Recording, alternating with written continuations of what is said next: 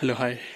Actually yesterday కొంచెం గాలితో కూడిన వాన అయితే పడిందనమాట. దానివల్ల మామిడికాయలు చాలా అంటే చాలా రాలిపోయాయి. చూడొచ్చు ఇక్కడ.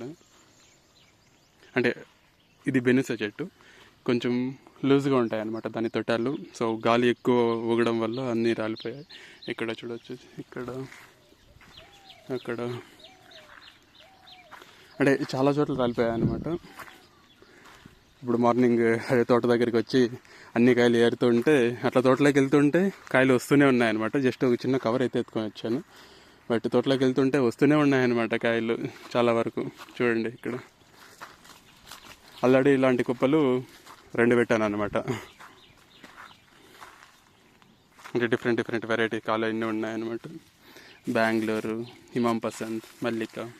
ఇంకా ఇవి మంచి ఋతువులోకి వర్ణంలోకి రాలేదన్నమాట. ఇంకా టైం పడుతుంది అనమాట. అంటే ఇప్పుడు మంచి అదునుగా ఉన్నాయన్నమాట. ఇంకా కొంచెం టైం ఇస్తే అవి మంచిగా తేరిపోయేసి లోపల ముట్ట ఏర్పడి మంచి సీజన్లోకి అయితే వచ్చేస్తాయి. సో అంతలోనే ఇలా జరిగింది. ఇంకేం చేయలేం మన చేతుల్లో. అంటే ప్రకృతి వైపరీత్యాలు ఇలా కొంచెం నష్టాలు వస్తూ ఉంటాయన్నమాట. అండ్ ఈ తోట ఆల్రెడీ అమ్మేశాము. సో వాళ్ళు ఇంకా వచ్చి వాళ్ళకైనా కూడా నష్టమే కదా, ఎవరికైనా కూడా నష్టమే అనమాట. అంటే చెట్లో కాయలు కుళ్ళిపోతూ ఉంటాయి, గొవ్వలు తినేస్తూ ఉంటాయి, ఇట్లా అంటే వానల వల్ల అన్నీ రాలిపోతూ ఉంటాయి.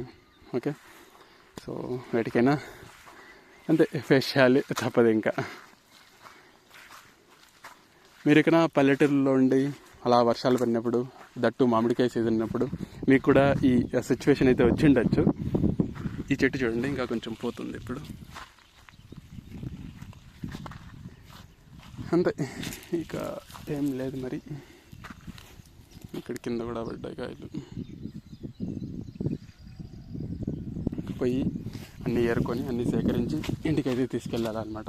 ఇవేం చేయాలో కూడా అర్థం కావట్లేదు. అంటే అట్లా మాగిపోయే కాయలు కావు, అలా అని తీసి పడేద్దాం అని చేసే కాయలు కూడా కాదనమాట. ఏదో ఒకటి చూడాలి మరి. Okay then, see you in next video. Bye bye.